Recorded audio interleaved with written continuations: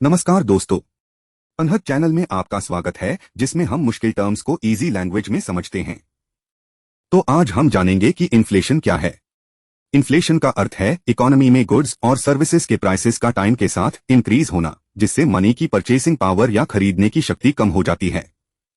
आसान शब्दों में पहले जितनी पैसे की मात्रा से पहले की तुलना में कम गुड्स और सर्विसेज खरीदे जा सकते हैं। अब हम जानते हैं इन्फ्लेशन की क्लासिफिकेशन। सामान्य तौर से इसे दो टाइप से क्लासिफाई किया जाता है। पहला क्लासिफिकेशन है on the basis of rate या स्पीड, इसकी बढ़ने की कैसी स्पीड है। इसमें पहला टाइप है क्रीपिंग इन्फ्लेशन, जो होती है बहुत कम प्राइस का बढ़ना होता है, जैसे कि 3% तक। दूसरा टाइप है वॉकिंग इन्फ्लेशन, जिसमें प्राइस सामान्य यानी मॉडरेट तौर से बढ़ता है, जैसे 3% से 10% तक के रेट से।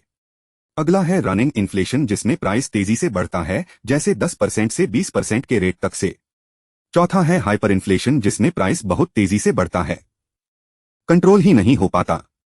तो यह थे इन्फ्लेशन के type on the basis of rate या स्पीड। दूसरा क्लासिफिकेशन टाइप है on the basis of cause, जिसका अर्थ है इन्फ्लेशन होने का कारण। इसमें पहला टाइप है डिमांड पुल इन्फ्लेशन। जब डिमांड सप्लाई से ज्यादा हो जाती है तो इस टाइप का इन्फ्लेशन पैदा हो जाता है।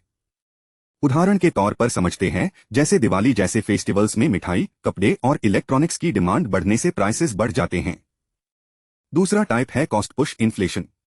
जब कॉस्ट ऑफ प्रोडक्शन बढ़ जाती है तो इस टाइप का इन्फ्लेशन पैदा हो जाता है।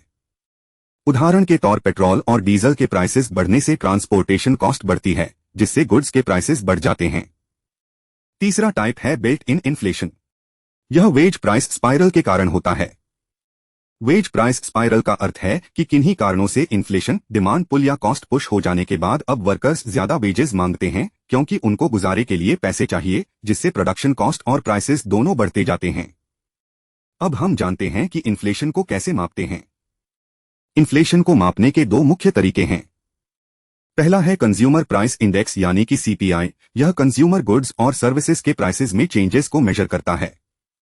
दूसरा है होलसेल प्राइस इंडेक्स यानी कि डब्ल्यूपीआई। यह होलसेल लेवल पर प्राइस चेंजेस को मेजर करता है। अब हम जानेंगे कि इकोनॉमी में इन्फ्लेशन होती ही क्यों है। पहला कारण है इंक्रीज इन मनी सप्लाई। जब इकोनॉमी में मनी सप्लाई बढ़ जाती है, यानी कि लोगों के पास ज्यादा पैसा आ जाता है, तो लोगों के पास स्पेंडिंग के लिए ज्यादा पैसा होता है, जिससे डिमांड बढ़ती है और प्राइसेस ऊपर जाने लगते हैं। दूसरा कारण है राइजिंग प्रोडक्शन कॉस्ट्स।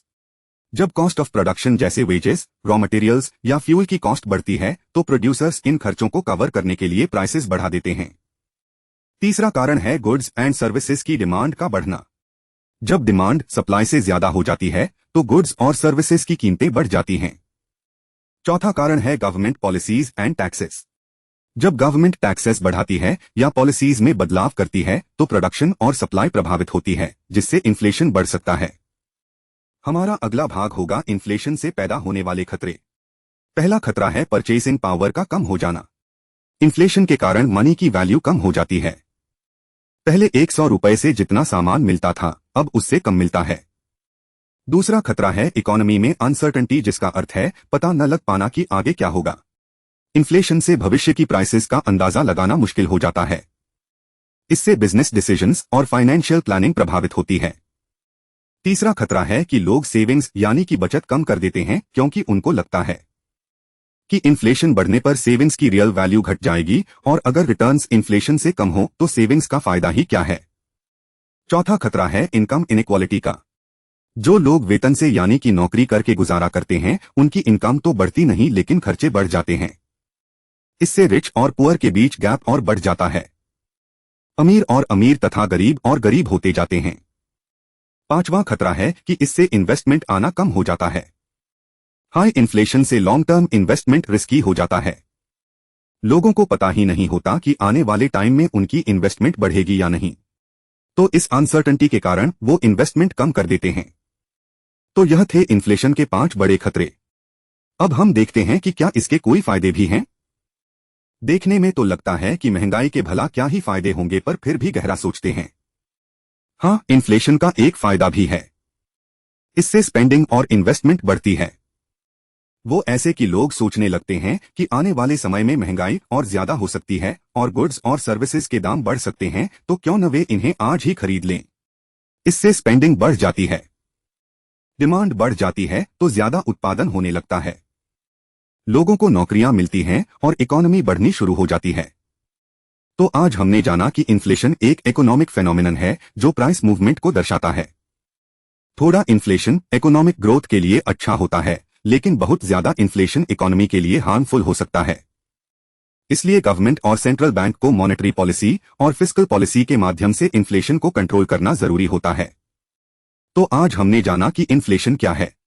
अगले सेशन में हम इकोनॉमिक्स का एक और इम्पोर्टेंट कॉन्सेप्ट समझेंगे। उम्मीद है कि आपको यह सेशन पसंद आया होगा। अगर हाँ तो चैनल को लाइक और सब्सक्राइब कर दीजिए, बेल आइकन दबा दीजिए ताकि आने वाले और टर्म्स आप तक पहुंच जाएं। तो मिलते हैं अगले सेशन में। अपना ध्यान रखिए।